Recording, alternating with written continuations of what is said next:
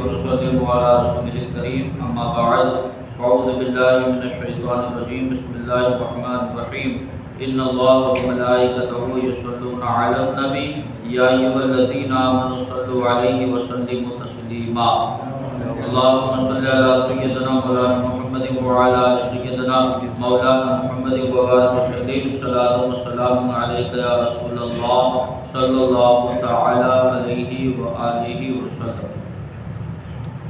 اس سے قبل آپ حضرات نے اولیاء کرام سے صادر ہونے والی 8 کرامتوں کے بارے میں سماعت فرمایا۔ اب 9ویں کرامت ہے زمانے کا مختصر ہو جانا۔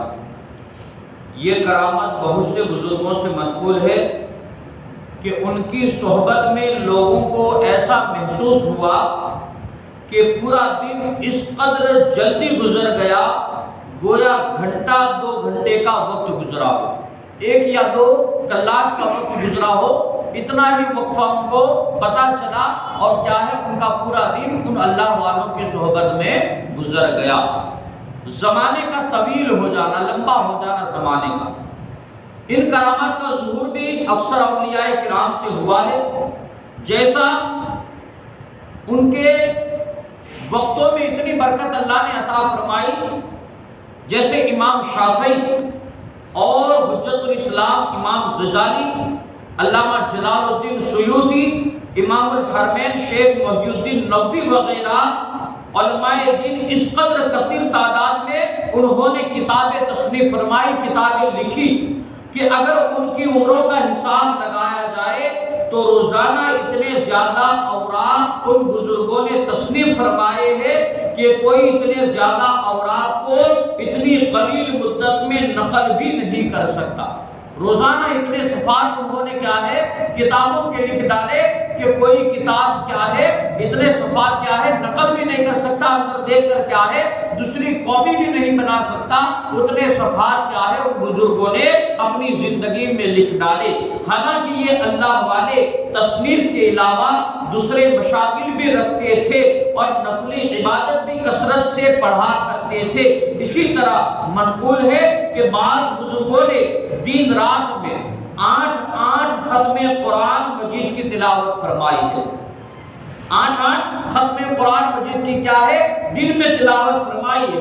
ظاہر ہے کہ ان بزرگوں کے اوقات میں اس قدر اور اتنی زیادہ برکت ہوئی ہے جس کو کرامت کے سوا اور کیا کہا جا سکتا ہے، کرامت کے علاوہ کچھ اور کہا ہی نہیں جا سکتا۔ دوسری کرامت مقبولیت دعا، اور اس کے علاوہ خاموشی اور کلام پر قدرت رکھنا، اس کے علاوہ دلوں کو اپنی طرف کھینچ لینا۔ اولیاء کرام سے صادر ہونے والی کرامتوں میں غیب کی خبریں عطا فرمانا، کھائے پیے بغیر زندہ رہنا، نظام غلام میں تصرفات، جیسا کہ منقول ہے کہ بہت سے بزرگوں نے شدید قحط کے زمانے میں آسمان کی طرف انگلی اٹھا کر اشارہ فرمایا تو آسمان سے موسلادھار بارش ہونے لگی۔ اس کو کہتے ہیں نظام غلام میں تصرفات۔ اللہ کے جو نظام ہے اس کے اندر کیا ہے تصرفات فرمانا۔ جیسے ابھی بارش نہیں ہے لیکن کوئی اللہ والا چاہے اور انگلی کا اشارہ کر دے یا دعا کر دے تو فوراً کیا ہے بارش کا نازل ہو جانا، تو اسے کیا ہے تصرفات کہا جاتا ہے۔ اسی طرح مشہور ہے کہ حضرت شیخ ابو العباس شاطر علیہ رحمہ کو درہموں کے بدلے بارش بیچا کرتے تھے۔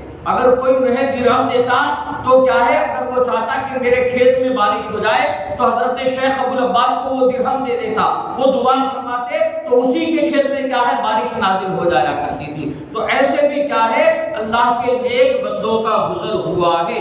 جیسا کہ حرام غذاؤں سے محفوظ رہنا، یہ بھی کرامتوں میں سے کرامت ہے، حرام غذاؤں سے محفوظ رہنا۔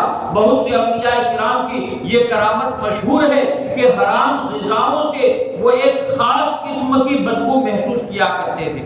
اگر ان کے سامنے حلال خوراک رکھی جاتی کوئی بدبو نہیں آتی، لیکن ان کے سامنے جیسے ہی حرام خوراک رکھی جاتی تو ایک بدبو ان کے ناک میں کیا ہے محسوس ہو جایا کرتی تھی، جس سے پتہ لگ جایا کرتا تھا کہ یہ کھانا کیا ہے حرام کا ہے۔ چنانچہ حضرت شیخ حارث علیہ رحمہ کے سامنے جب بھی کوئی حرام غذا لائی جاتی تھی تو انہیں اس غذا سے ایسی ناگوار بدبو محسوس ہوتی تھی کہ وہ اس کو ہاتھ نہیں لگا سکتے تھے۔ اور یہ بھی منقول ہے کہ حرام غذا کو دیکھتے ہی ان کی ایک رگ کیا ہے بھڑکنے لگ جایا کرتی تھی، جسم کی رگ کیا ہے بھڑکنے لگ جایا کرتی تھی، جس سے ان کو پتہ لگ جاتا تھا کہ میرے سامنے جو کھانا رکھا ہے وہ حرام کا کھانا رکھا ہے۔ تو یہ بھی کیا ہے اولیاء کرام کی کرامتوں میں سے ایک کرامت ہے۔ باقی کرامتیں انشاءاللہ کل بیان کی جائے گی۔ رب قدیر کی بارگاہ میں دعا ہے اللہ تبارک و تعالی علم دین سمجھ کر اس پر عمل کرنے کی نیک توفیق عطا فرمائے۔